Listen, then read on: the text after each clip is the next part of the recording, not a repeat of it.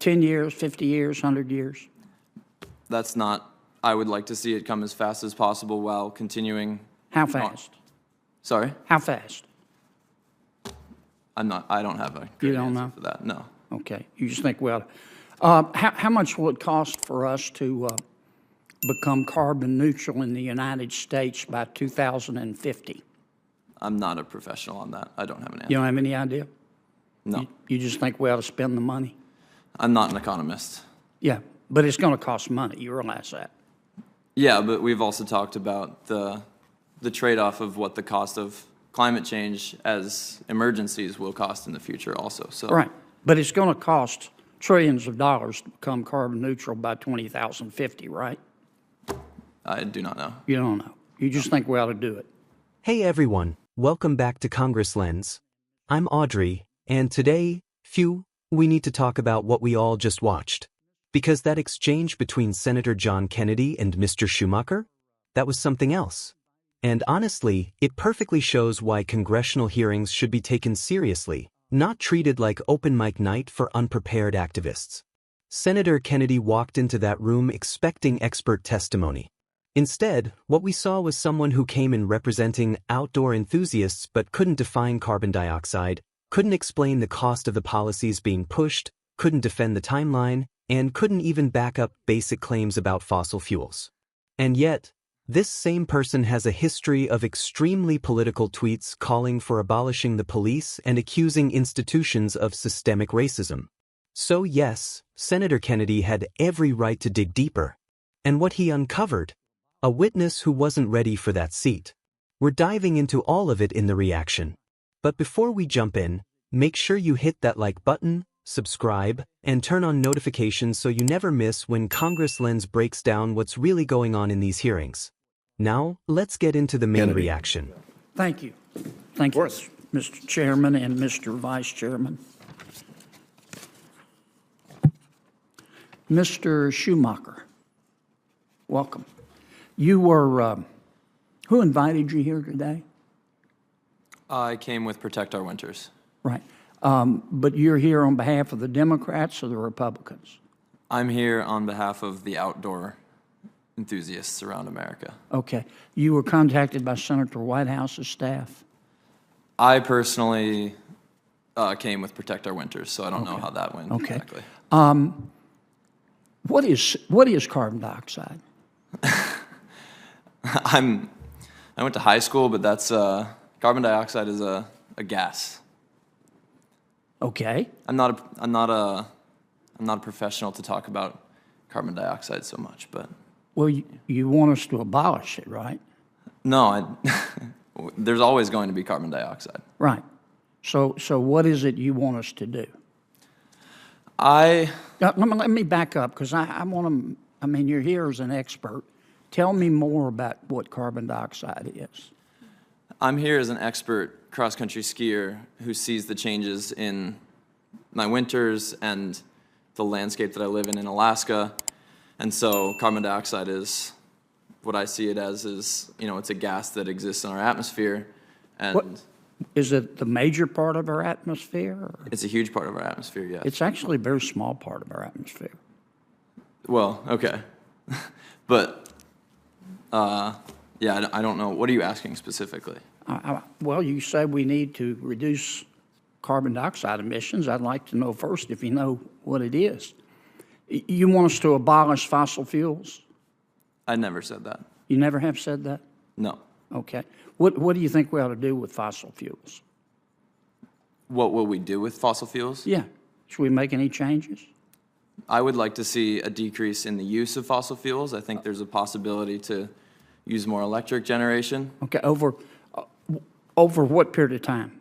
10 years, 50 years, 100 years? That's not, I would like to see it come as fast as possible while continuing. How fast? Sorry? How fast? I don't have a great answer for that, no. Okay. You just think, well, how much will it cost for us to become carbon neutral in the United States by 2050? I'm not a professional on that. I don't have an answer. You don't have any idea? No. You just think we ought to spend the money? I'm not an economist. Yeah, but it's going to cost money. You realize that? Yeah, but we've also talked about the trade-off of what the cost of climate change as emergencies will cost in the future also. So Right. But it's going to cost trillions of dollars to become carbon neutral by 2050, right? I do not know. You don't know. You just think we ought to do it. I don't have a great answer for you, but I think Okay. I would like If to we see fewer spent, carbon if we spent those trillions of dollars and became carbon neutral by 2050 in the United States, which you advocate, how much will it reduce world temperatures? I don't have an answer for that. You don't know? No. You just think we ought to spend the money and then see what happens?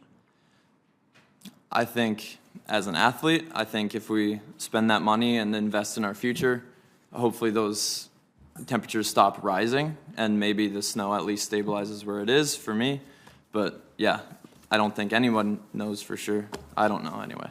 Well, when my colleagues invite witnesses to come to us to tell us, advise us on passing legislation, I always check out the background of our witnesses because I like to know who I'm talking to.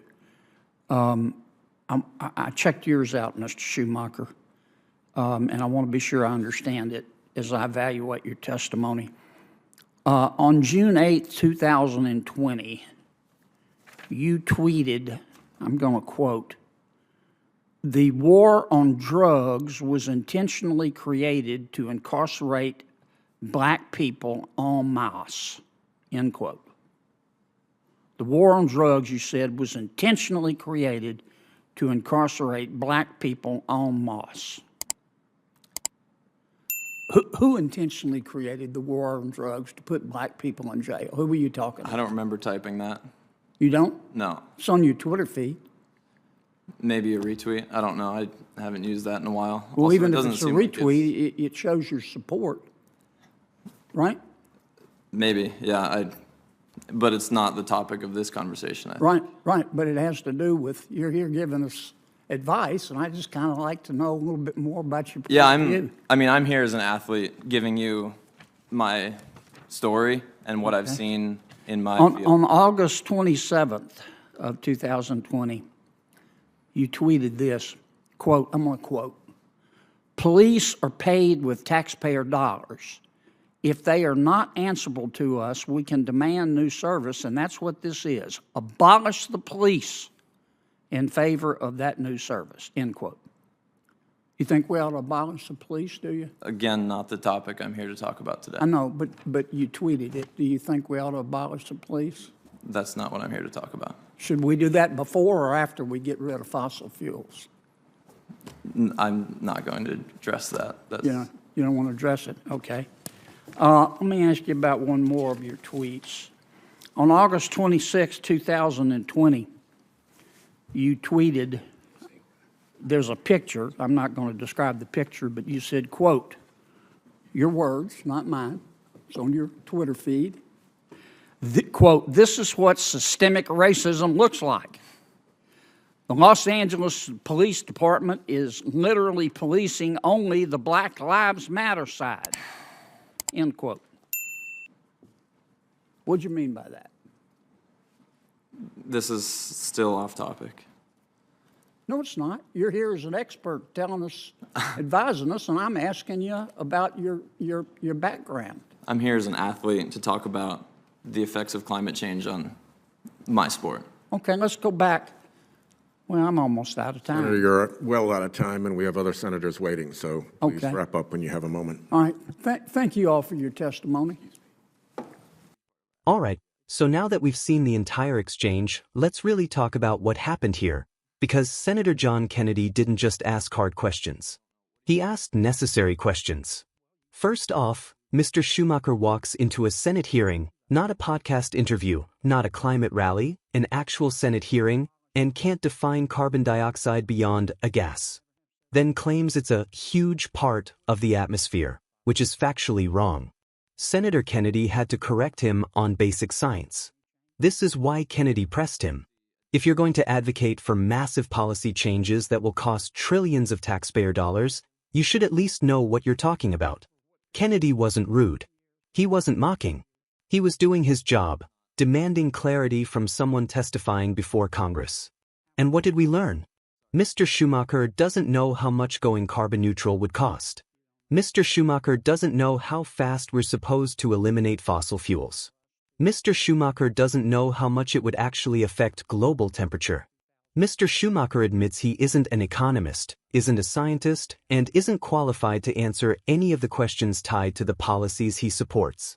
But the moment that sealed it for me? When Senator Kennedy pivoted to the tweets. Because if you're going to tell Congress how to restructure the entire energy economy, Congress deserves to know the worldview of the person advising them. Kennedy pulled up the tweet saying the war on drugs was intentionally created to incarcerate black people. The tweet calling for abolishing the police. The tweet accusing the LAPD of systemic racism. These aren't small opinions. These are sweeping, ideological positions. And when Senator Kennedy brings them up, suddenly Mr. Schumacher says, "That's not what I'm here to talk about." But that's the problem. You are in Congress. Your credibility is part of the testimony. You cannot advocate for sweeping national changes and then hide behind, "I'm just an athlete," the moment scrutiny arrives. Senator Kennedy simply exposed the gap between activism and expertise, between feelings and facts, between personal opinions and policy-level knowledge. And honestly, he did exactly what someone on that committee is supposed to do: ensure that the people shaping national policy are prepared, informed, and accountable. If you want to highlight the emotional impact of climate change on your sport, fine. But don't come into Congress pushing massive reforms and then fall apart when asked the basics. This entire exchange shows why Senator Kennedy is one of the strongest interrogators on the Hill. He cuts through emotion, slogans, and political theater, and forces witnesses to deal with actual reality. And today, reality was not on Mr. Schumacher's side.